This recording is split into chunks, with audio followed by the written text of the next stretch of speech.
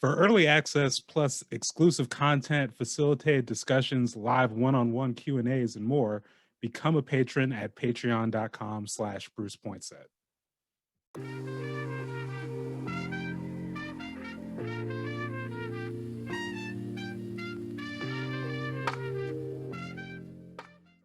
What's up, everyone? It's Bruce Pointset. For this month's feature interview, I speak with Emilly Prado. She is a writer, educator, DJ, and her book, Funeral for Flaca, Chicana Coming of Age essay collection, is now in stores, and she's getting ready to go on a multi-state tour to promote the book. And we just, we sat here, we talked about book tour, the process of, uh, one, setting up a tour, promoting a book, writing the book, but then also the realities of just being a freelance writer in this current economy. And this conversation it was a long time in the making, but it was very informative and just another great opportunity for freelancers to just compare notes. And Emily's got a lot of knowledge, a lot of wisdom and insights that I think both the writers, the media people, and then just the general audience, it's really going to take a lot from. So I think you're really going to enjoy this. Check it out. Awesome. So Emily, thank you for being on the channel with me today. How are you doing? I'm doing well. My eyes are dilated and I'm gonna have a new set of glasses soon. How are you doing? Good, good. Again, thank you for taking the time. I know you're kind of in the midst of just like a whirlwind of things, and you talk about the doctor just now, but especially with promoting the book and getting ready to go on tour. But yeah, so I think it's a good place to start. You have it's not technically a new book, it's a reissue of Funeral for Flakka, correct? It is, half of it is brand new and it's all been revised quite a bit. So it feels new, though it is built off of a foundation that was initially a chapbook first. Great, great. So can you just talk a little bit more about the book? Like, I know it's an essay collection, but just for those who haven't, again, you've been all around talking about the book, promoting the tour, which we're going to talk about. But for those who don't know, can you just talk a little bit more about Funeral for Flakka? Yeah, of course. I'm happy to. So, Funeral for Flaca is a collection of personal essays. They are linked essays, so that means that they're meant to be read sort of from start to finish. And I don't reintroduce myself throughout the collection because the hope is that the reader is getting to know me as the collection progresses. And it is a book that deals with a lot of different themes, such as identity, grief, assault, sexuality, love, family, and the collection progresses chronologically as close as I could as possible, beginning at around age 5 and progressing up until this past year. The narrative voice also progresses with the collection. So in the beginning, it's a little bit of a younger voice, sort of from the perspective of each different age group, and then it progresses to a more contemporary reflection of how I feel and essentially what it was like coming of age for me in the Bay Area in San Francisco, and then also my whole adult life here in Portland, Oregon. Yeah, wow. And how long, we talked about like part of it, was published before, part of it is brand new, but like how long has the process been in writing this?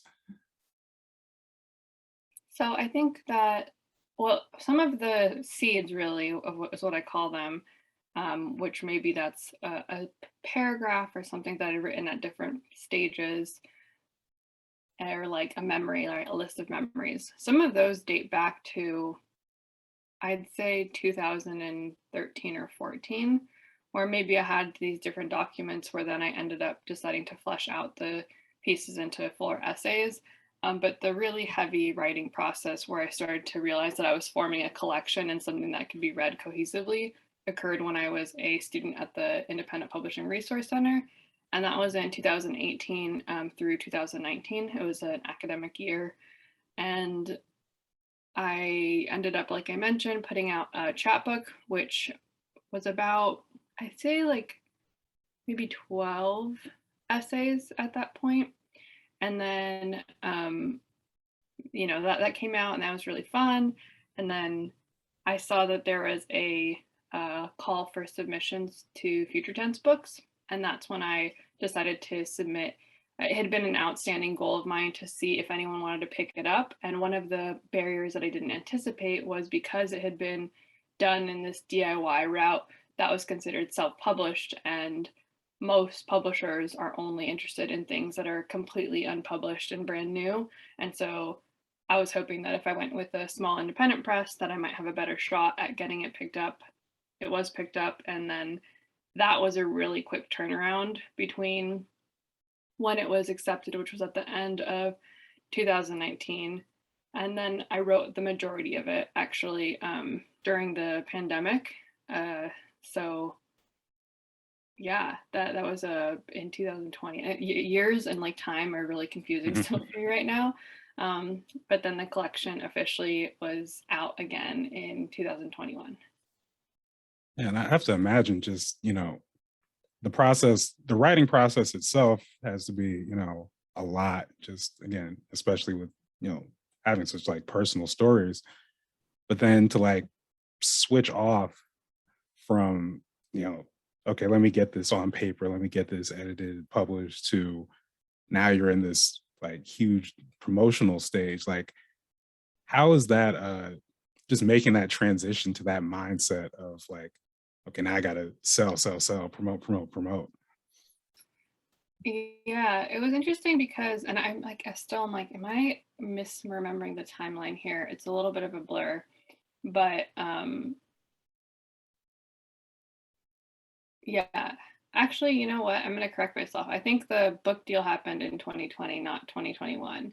Um, and so, anyways, just again, shortening that timeline, I had less than a year basically from start to finish, which included the editorial process. And typically, books take about 2 years to be published.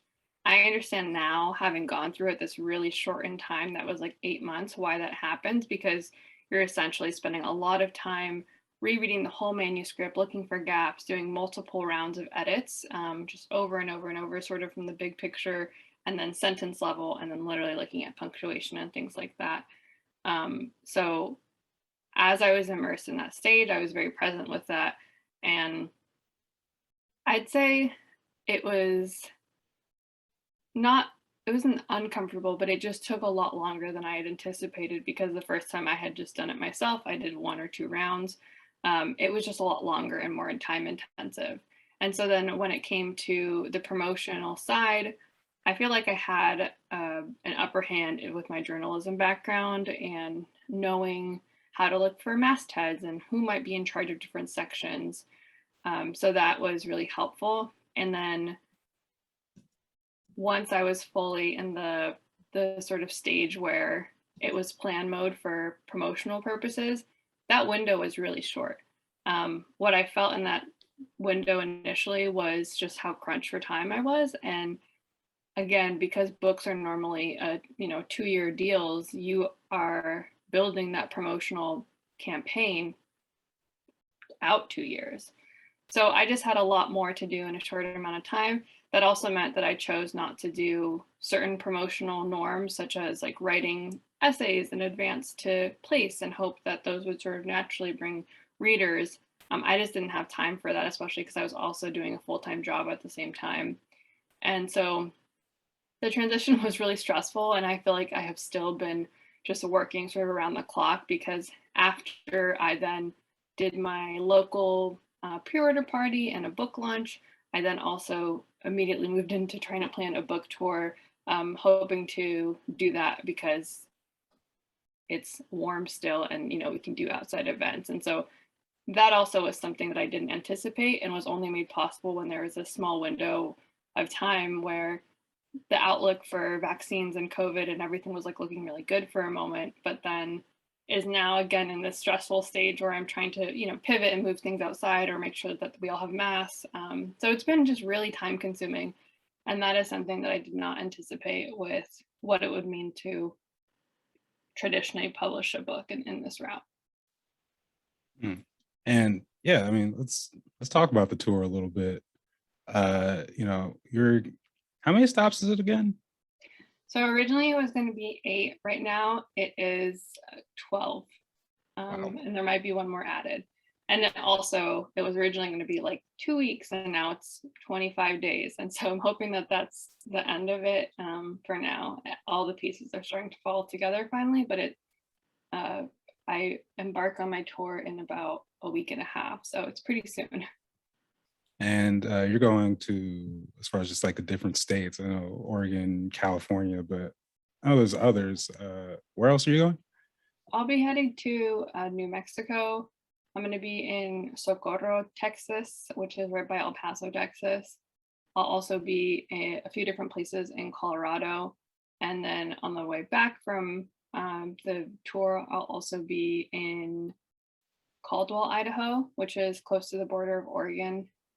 And I'll also be in Tucson, Arizona. Wow. Yeah, so that's recovering a lot of ground. Like I'm doing a big square basically around the Western states. probably have like a whole, at least a book's worth of stuff to write just from that, I imagine. That's a good idea. We'll see. I'll try to keep notes the whole time, and I mean it'll be fun to be on the road when I'm on the road, and all the pieces have been organizationally planned. But right now I'm still just in like, where am I going to stay this night, and just trying to figure out those pieces. So I look forward to the being on the road and hopefully being able to relax a little bit more. Yeah, yeah. And like how I'm curious like how you chose the play locate I can say words. How you chose the locations for this tour. Like are these all places you've kind of like been before or scouted out, or how'd that work? Yeah, that's a good question. So I originally knew I wanted to go to California because that's where I grew up in the Bay Area, and sort of naturally was like, well, if I'm going to be in the Bay Area, I might as well go to LA. It's not super far. And I had put out, I think, a post on Twitter, a tweet. Um, I know social media lingo. And someone had mentioned that she was interested in connecting with me and trying to do a book tour together for part of it. And so her name is Katie Standifer, and she came out with a book called Lightning Flowers. So she was able to really help me with coordinating the stops in Tucson, which will be at Barrio Books, and then the stop in Albuquerque, New Mexico, which will be at Harvest Moon Books / Montage Coffee Shop. And then the other places, I really was looking at where are locations where there's a strong Latinx population, specifically because that's what a lot of my book is related to as far as identity goes. And then also, I know some writers in different places, so I was willing to drive out to their locations. In Denver, Colorado, I'm really excited because I'm doing an event with Kali Fajardo Anstein and Manuel Aragon, and I knew them from Kali. I've worked with her, learning from her through Tin House, and then also Manuel I've connected with on Twitter. So I thought it was a cool opportunity to actually go out and meet some of these folks who I've been connecting with sort of through the internet. And Caldwell, Idaho was funny because I was doing research on book clubs, trying to figure out, again, from like a promotional perspective, how to connect with readers and communities. And I found out that Caldwell, Idaho has a bookstore that has a Latinx book club where they meet once a month. It's a Latinx focused authors. And so I figured that would be a great spot where hopefully I have a built-in audience there of people who might be interested in the book, even though it's not the book club night. And then maybe they'll pick my book for a book club down the road. Yeah. Oh, again, that's it's exciting. It's also, I think, it's just very instructional for this moment of trying to, again, like a subject I'm really interested in. This is like writers in this economy, like how we make things happen. Like you're just talking there about how you plan out a tour and like kind of like going back to like some of these breadcrumbs just from like other parts of your career and doing certain just like population research and all this stuff that goes into it beyond just like here's a story, here's who I interview, and we put it on paper. Like it's you have to be you have to have almost like all the tools at this point. Totally. I think that's a good point too, because one of the things that I think about, when I'm doing interviews, for example, is like often there's questions of like, what are you surprised about or what did you not expect? And one of the things that I really was surprised by was just the amount that all of the things that I've been doing in my past up until now, I feel like in the last few years at least, are directly benefiting my ability to do a tour. I had no idea that when I was doing community organizing or events that those skills of just being able to put together logistics and put together a run of show, that those would then benefit me when I became a debut author. I thought that, the publisher would be the one organizing these things. And I think that that happens for some people, but even folks who I know who are coming out with books right now, who even have like a really big social media following, they are still not being given the same access to a team who will support them with a book tour. And so I think, unfortunately, because it has been shifting to be the norm of the author to organize tours if they want to do them and events, it's really beneficial to have the ability to have that organizational, like administrative lens. It's going to benefit you as a writer, even though I think a lot of times we think that writers are just people who write things, but it's like you have to be, you don't have to be, but it's helpful to have other skills that can serve you when you're trying to do a book tour. Yeah, I mean, speaking of that, you're now going to be full-time freelancing again, but you're recently, director of youth programs at Literary Arts, and one of the things you did, I got to, be a part of some of those, were just organizing these live readings, well, specifically with like students and whatnot. But I think speaking with the tour, can you just talk about, I think this is something really special about like live reading events, live like book events, and sort of like that experience. But yeah, can you just talk about kind of like what's yeah, just what's so, why those moments are, why those experiences can be so special?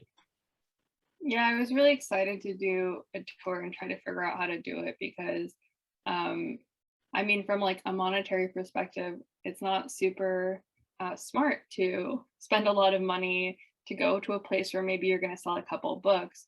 But for me, why I wanted to do a book tour is first, your debut comes out once. You have a debut once. And so it's, I think, a really important milestone that I want to celebrate.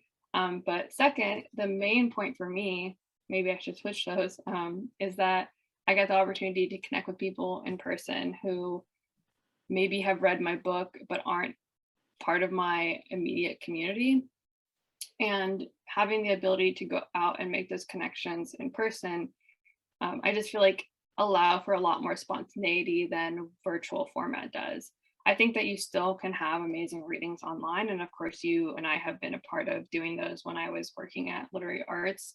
Um, but and they have a special side sometimes, right, where you're using the chat to specifically talk about what you liked about a piece, where normally in person that's not a norm, where you go up to them, maybe one or two people do. But so that's kind of one of the pluses of virtual. But I'm excited to do things in person because I think we're also hungry for in-person things.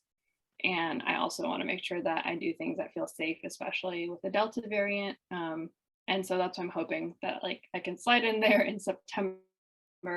And then, come winter when people start going inside and stuff, hopefully they'll have a fond memory of when we got to meet and do one of the last in-person things before who knows what happens for now. But it's just, it's all about, to me, the connection with folks, and having the chance to sign an actual book in person is really nice too, and address it to folks. And I'm just really looking forward to it. Yeah, absolutely. So let's kind of bring it back out to just kind of freelancing in general. Because I know when I tell people I'm a freelance writer, first thing I ask, so you write for magazines, you write for newspapers, what do you do? And, you know, I know you wear many hats. Can you just talk about one, like writing in particular, but then also as far as like, and you're also a DJ, you are like, yeah, uh, the what's the word, multi hyphenate, I guess. But can you just talk about like all the different things you kind of do as a freelancer? Yeah. So if you look at what I actually do, It's a lot more things than the things that I think publicly even talk about. And what's interesting, I guess, to back up a little bit, is that this is my second time being freelance. I went freelance fully or full time in 2000, I think 16, and I did that for a few years. Maybe it was 2017. Then in 2020, I got the full time job at Literary Arts, and then I had it until a few weeks ago. And so I have some ideas of what I want to do differently this time around, and I have some of that space and reflection that I could also look at what I've done previously. But some of the things that I do, to answer your question, is that I am a DJ, I am a educator, I work in community organizations such as Literary Arts, Writers in the Schools and Literary Arts, and then also currently I'm the prose instructor at the IPRC, Independent Publishing Resource Center. Outside of that, I also wear a lot of other hats where sometimes I do consultations with artists, which we've done that before. I also, For those watching, I highly recommend those, by the way. Just get out there. I also sometimes do artist sourcing. So with Portland in Color, the database and directory highlighting BIPOC artists in the Portland metro area, sometimes organizations are like, can you just create a list for us? And so I'll do that. I am doing more speaking engagements, not only with like keynotes, but also doing workshops. So there's a lot of things. I've tried recently a copywriting gig, which is different than journalism for folks who are not super familiar with the ins and outs of freelancing. And I also, for a long time, was a freelance journalist, and that was my emphasis. I think this time around, because I'm also an MFA student right now in grad school, I am trying to save my writing space and headspace for writing for my creative work. And so I'm going to try to avoid freelance writing as much as I can, unless it's like a really exciting opportunity, or maybe there's a specific publication that I'll now have the space to try to pitch for, that like previously I didn't have capacity to be selective because I was just trying to make a living. Yeah, that's a very vast slate of things. But yeah. I think when people, hear this, like one thing I think like, oh man, it's just all that creative energy, which is part of it. But then also I think a lot of people who may not understand, it's just like in this economy for writers, it's almost a necessity. Mm-hmm. Like it's some of the steadier jobs, especially in, traditional journalism and news, it's, the industry is being squeezed by a number of forces. And it's just like, that's not a reality anymore. So, we're out here wearing a bunch of hats, doing, a bunch of things, being educators, being content creators, being the freelance writers, doing, consultants, et cetera, et cetera, et cetera. And it's, on one hand, you're getting, again, your projects like Portland in Color, you get these things that are, awesome, I guess, like side effects of the situation. But it's also, it's a topsy-turvy industry, to say the least, Yeah, it's really easy to be stretched thin because of all those, disparate, very different as far as where your head is when you're doing that work. And so I think too, when I'm thinking about what I'm doing in the upcoming year, hopefully, fingers crossed it goes well, but I'm really trying to be more selective. I'm lucky that I have a few years under my belt and have this book and the ability to do that, because it is a privilege. But I'm just hoping that I can take my own boundaries more seriously, because as a freelancer, you have to have really strong boundaries, because it can be so easy to just work yourself because it feels like you don't know when the next gig is going to come along. And so I've just been trying to have more faith that things will line up how they need to. And if not, then I can always go back to a job, whether it's part-time or full-time, right? I feel like I still have options. And so I'm just trying to respect the time and try to really stick to what is the ideal schedule more than I have in the past. Yeah, that's I think that's great advice about, being very particular and protecting your boundaries and just, being nimble in this moment, you know. Uh, and you also talk about not, save while you're writing more for sort of your projects right now, but kind of on that note, do you have any like in your freelance journalism kind of resume, are there any, do you have any particular favorite stories you've covered for people to kind of like go back into the archives and check out? Yeah, so one of my favorite pieces I did, it's a long form journalism piece that I did with Oregon Humanities for a fellowship that I had. And um, it is a multi-generational account of essentially how immigration laws have changed so drastically over the years and how they have then shaped whole families. Because a lot of the time, the conversation around people who are undocumented is like, oh, why don't you just go get citizenship, or why don't you, come here the right way? And there has never been the same law for like a long amount of time. It's changed historically quite a bit, and so I really enjoyed that story. It was really hard to talk with folks and get folks to trust me, but I had an opportunity to do those interviews. Some of them were in Spanish, some of them, were with multiple family members at the same time, and it was a really powerful piece that I'm not sure how many folks had a chance to actually read it, because it was really long, and it was also on this, Oregon Humanities is a strong, Oregon-based publication, but for folks who aren't here locally, they might not have heard about it. So I definitely, recommend that folks check that out. It's called More Than Words. And then another piece, and also similar from that area of Oregon, which is Eastern Oregon, which I feel like I keep being drawn to Eastern Oregon, which, is right by Coldwell, Idaho.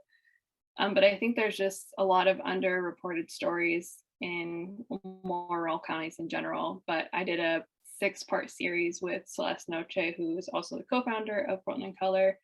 And we did it on Ontario, Oregon, and some of the housing crisis that had been faced there. One really interesting thing that had happened through Section 8 housing sort of legislation was that there's a large population of refugees in Ontario, Oregon, and it's a super diverse place actually. So those are a couple of my favorite stories. But people can check out my website. It's Emilly Prado with 2 L's, EMILLY, prado.com/writing. And there's some other clips there too that I've sort of handpicked as some of my favorites from over the years. Awesome. Well, yeah, Emily, thanks again for taking the time. And again, as you just said, go to Emilly Prado with 2 L's.com. And for people interested in supporting Funeral for Flakka, what would you instruct them to do, I guess? Yeah, so if they have the funds, they can donate to the book tour. They can purchase their own copy of the book, which I recommend that they do at a local bookstore if they can. And I prefer that they do any store sort of that is local, because then that bookstore might find out about it and want to carry it. Another thing too is that folks can request it from their libraries and recommend it on Goodreads or Amazon. So all of those different efforts together are important. And also, you can always give it a shout out on social media, and that also helps as well. Great. Well, Emily Prado, thanks again. And yeah, enjoy the rest of your day. Thanks, Bruce. Thank you for watching. Please like and share and subscribe so you can stay up to date on all the latest videos. Thank you.